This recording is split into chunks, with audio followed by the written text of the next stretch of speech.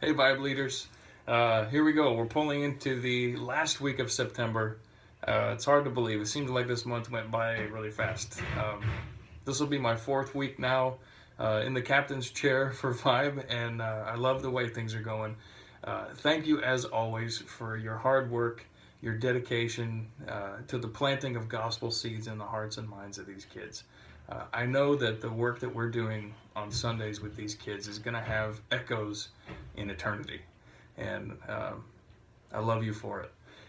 Thank you also for putting up with some of the things that we were testing out on Sunday. Maybe different songs, different videos, different style to the talks.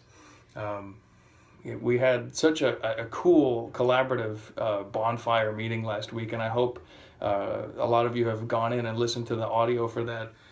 Just so many cool ideas that were thrown around, and a lot of things that I think are worth kind of testing out on, first or second service, and just seeing how things like that go. But the most important thing is that this is a team effort. I want everybody's input. Every single one of you has ideas or theories or experience in some areas, and it's crucial for your input in this thing to make whatever we do work. So never be afraid to come to me. Tell me when something's wrong, or we don't like this, or you want that, or you want to change this. Let me know. I want to know everything. For this week, the flow of the week will be the same as it normally is. We're not doing anything there.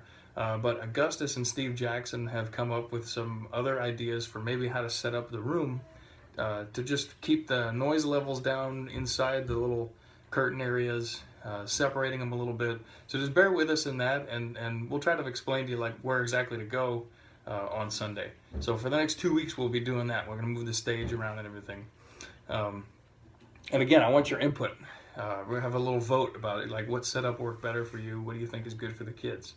Again, our mission is to glorify God by growing together, loving God and loving others. And we're leading these kids in that process. So whatever needs to happen to accomplish that mission best, that's what we're going to do. This week, the lesson is about the prediction of the birth of John the Baptist by Zachariah the priest. And it's kind of in keeping with the theme that God always keeps his promises, and that what he says ultimately goes.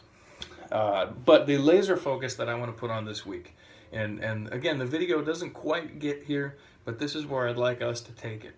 And again, as we read scripture, we're looking for two truths here. We want to know what this passage is telling me about God, and what this ultimately means for me. And the focus of this one is that Zechariah did not initially believe that God could bring forth John the Baptist. He thought he was too old. He just didn't think it could happen.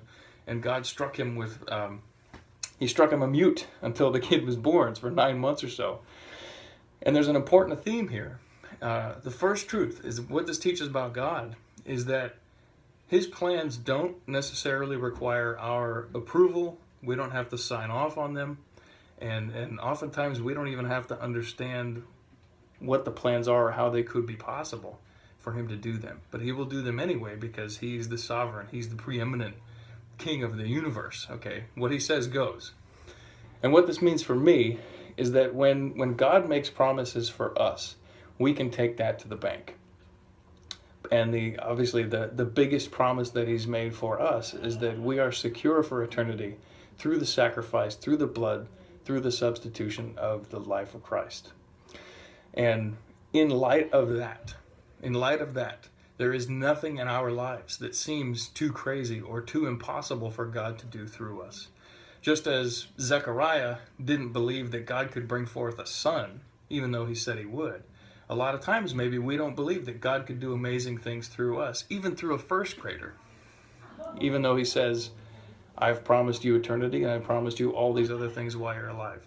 So this week in the small groups, take some time, dig into these questions, find out maybe why the kids don't believe God can do these things. Maybe God is up there with Santa Claus and pixies and fairies and stuff. That's not what he is. He's real, and his promises are real.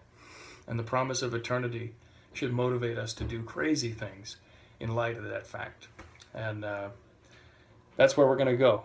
So thank you as always for your service. I love you all. I will see you Sunday.